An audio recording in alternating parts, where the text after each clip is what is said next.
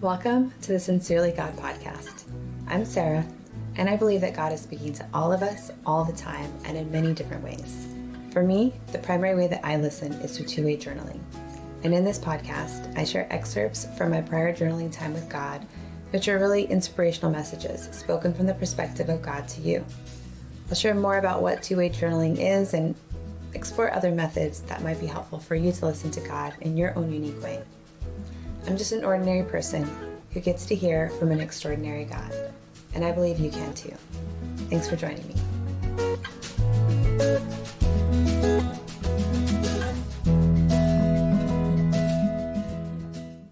So today I'll be sharing journaling from July of 2018, and that day God actually woke me up quite early. I started my journaling at 4 a.m. that morning, which is, for anyone who knows me, extremely early and not any time that I would want to be getting up on my own. But when God has something important to share, He is certainly not limited by our own internal clocks or schedules that we choose.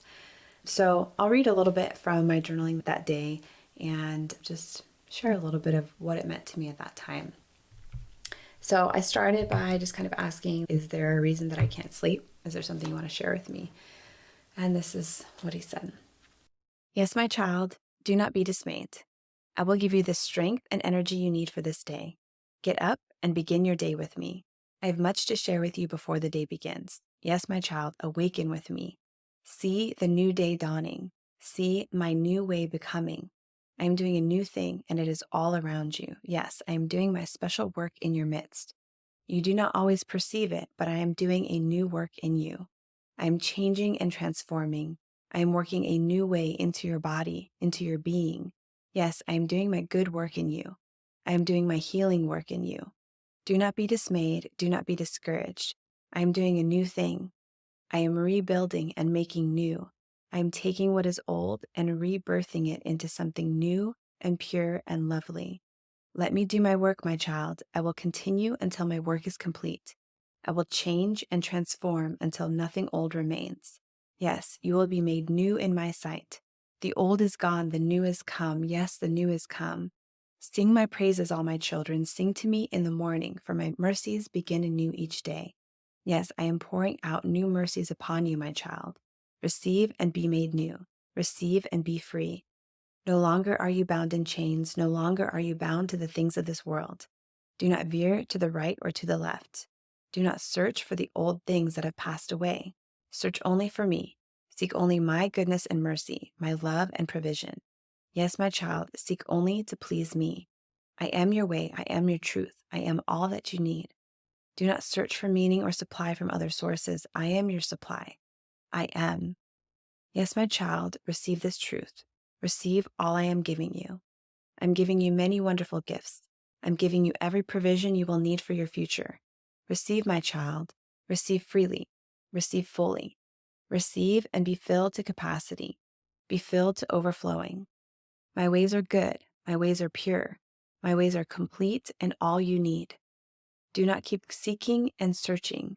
Do not keep reaching towards goals that are not aligned to my will.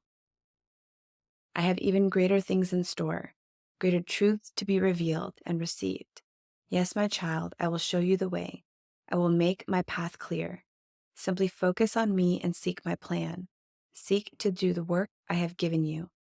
Do not delay by staying stuck in your old way of doing things. Do not be dismayed and do not lose heart.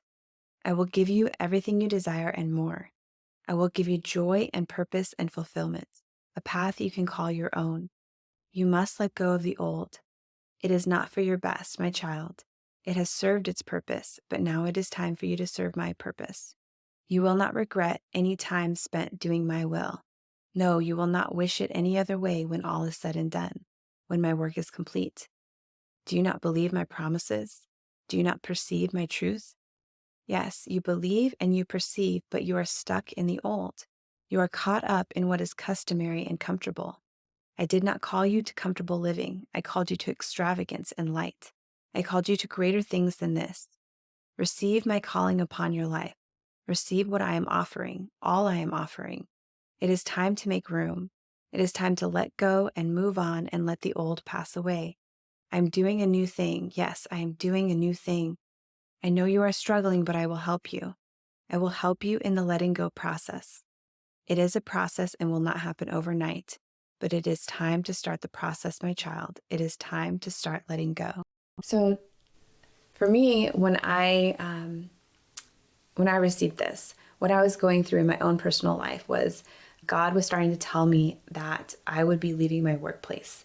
And I had been at my place of work, my career, for quite a long time. I had invested a lot, and I really felt like my identity and purpose was very tied into what I did. And of course, I cared about the people I worked with.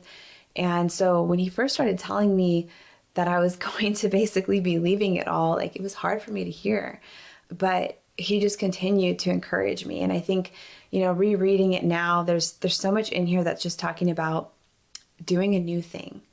And, it's funny, I think about, like, in our consumerism kind of society, we're always wanting the new thing, right? We want the new pair of shoes, we want the new phone, we want the new whatever it may be. And maybe that is something that is kind of built innately inside of us. But as much as we say we want the new this, the new that, when it comes to like something ourselves, like doing a new work inside of us, that's where we're not so motivated, I think, sometimes to reach after that new thing, because it's hard. It's hard when it's inside of us. And it also reminds me, like, there's this old Christian, I guess, meme you would call it, where it's a picture of like a little girl that's holding this teddy bear in her arms, and she's like looking up to Jesus, and he's asking her to give him the teddy bear, and she's just like grasping it tight, saying like, no, but I love it so much. And you can see, she can't see, but we can see that behind Jesus's back is this like giant, quadruple sized teddy bear that he wants to give her, but he can't give her until she gives up what's in her arms. And how often does that happen in our lives, where God is saying, I'm doing a new thing, I'm rebuilding, I'm making new, I'm going to change and transform until nothing old remains. But we have to make room. We have to let go of the old. We have to let go of what is currently in our lives. And that might be a mindset, that might be a habit, that might be maybe bitterness, or where we're holding on to a hurt that somebody did to us that we wouldn't want to let it go. Or in my case, I'm holding on to a job that I care a lot about, and it's good. And, it's not that the old is bad. It's not that it was never good for us. It's just that it's time for the new. And if we're always looking to be transformed and move and grow in all the things, then there's going to be this constant cycle of letting go of the old and being open to what is new. And God wants to, I think, help us through that process, to encourage us to, I think even in that one picture of how she's holding on to the teddy bear, it reminds me also of like the Marie Kondo method. One of the things she talks about in kind of that minimalist going through things, just, she even says, like, grasp the article, let's say it's a shirt or, I don't know, a book, like, and, appreciate the joy that it gave you, but let it move on to the next. And I think we can do that in our lives, that if we are ready for something new, even if we don't feel like we're ready, like, we can appreciate the good of what was in that season. It was good for that season. It was right for that season, but we need to be able to release it and be open to whatever is new and next.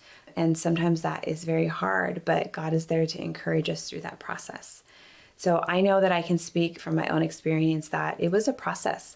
It took years for God to actually work through that process to get me to be ready to fully let go and to move on to what is next. But being patient in that process and being willing to look ahead and see what might be next, for me, it was totally worthwhile.